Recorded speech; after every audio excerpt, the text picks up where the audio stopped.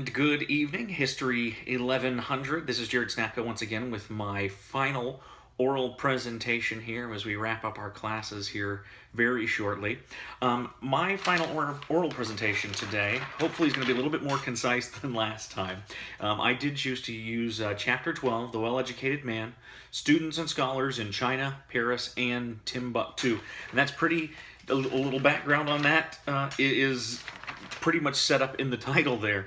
It gave some explanations of how people learned and how people became scholars, became learned men in this case, at these different places around the world, Timbuktu and Paris and also China.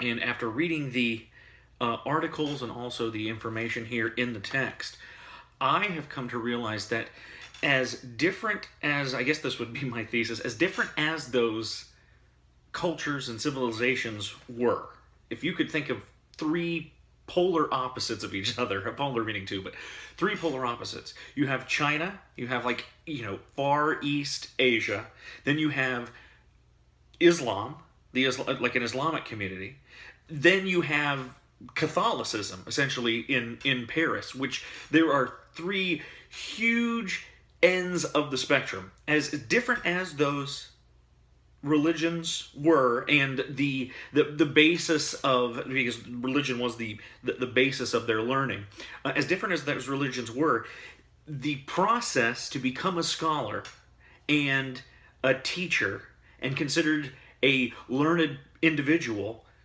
were remarkable. The processes, I guess I should say, were remarkably similar. In fact, they are similar. They are exactly the same, and that's where we're going to begin with today.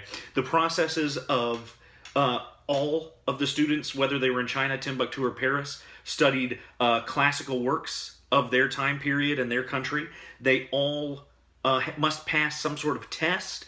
They had a structured, like a level of learning that you had to pass. And finally, every one of the students that were in those courses needed to be well-rounded.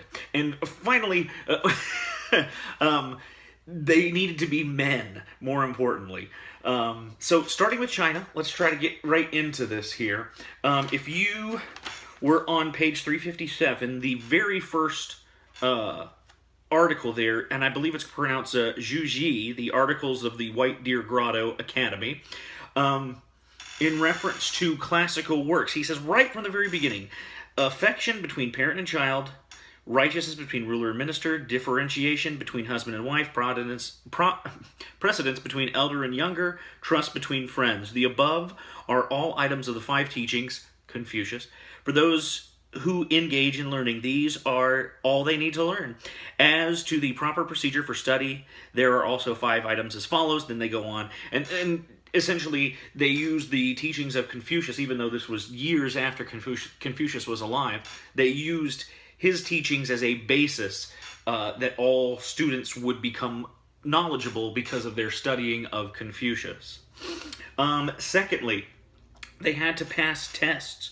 It says here, in fact, in that time, in the next evidence, in the next piece of evidence there, the proposals for schools and official recruitment, it tells the process of how you would become an official, how you would pass a certain number of tests. It was very regulated. In fact, in the writings, it tells how armed guards would watch these men take these tests to make sure there was no cheating, and it also explained how most men didn't even make it to the final level. There were three levels, essentially. They wouldn't even make it to the final level. So they would just become teachers at a secondary level and try to just push their students onto that third level if anyone could make it, but not many of them did. Finally, about being well-rounded, let's see here. It says in that same proposals for schools and official recruitment, it talks about how the students must study the histories to reflect changes in rise and decline. And the matters of great importance to the students would be things like rituals, musics, systems and institutions, astronomy, geography, military strategy, penal codes.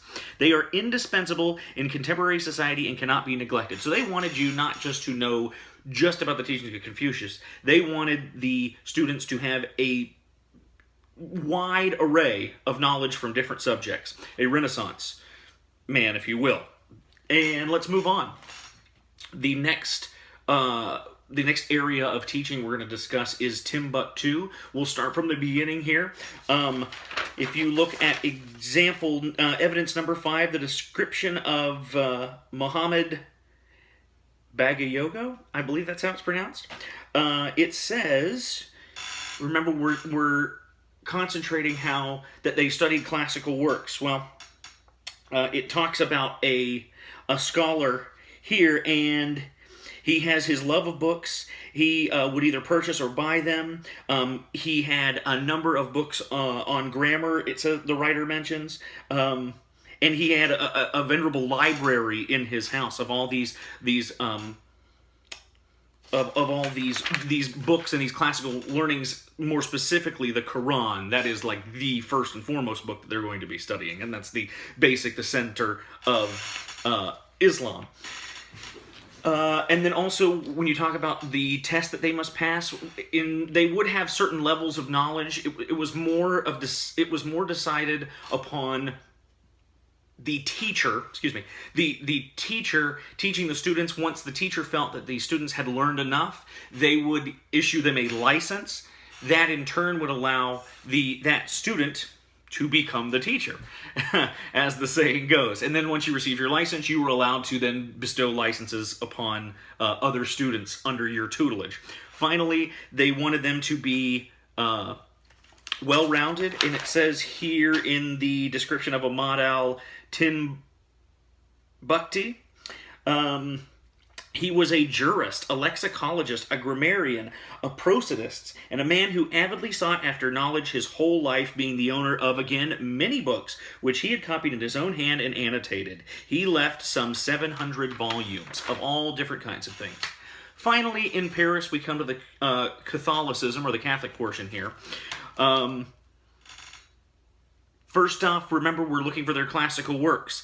It says here in example number 6, the statutes for the University of Paris, issued by Robert Curson, that they studied the treatises of Aristotle on logic, the two Priscians, and let's see, on the feast days, nothing's to be read except philosophy, rhetoric, the barbarism, the ethics, if they like, the 4th book of topics, the books of Aristotle on metaphysics or natural philosophy, or the abridgment of these works that are not to be read, nor the writings of Master David Dennett, the heretic Amory, or the Spaniard Mauriculus, I believe.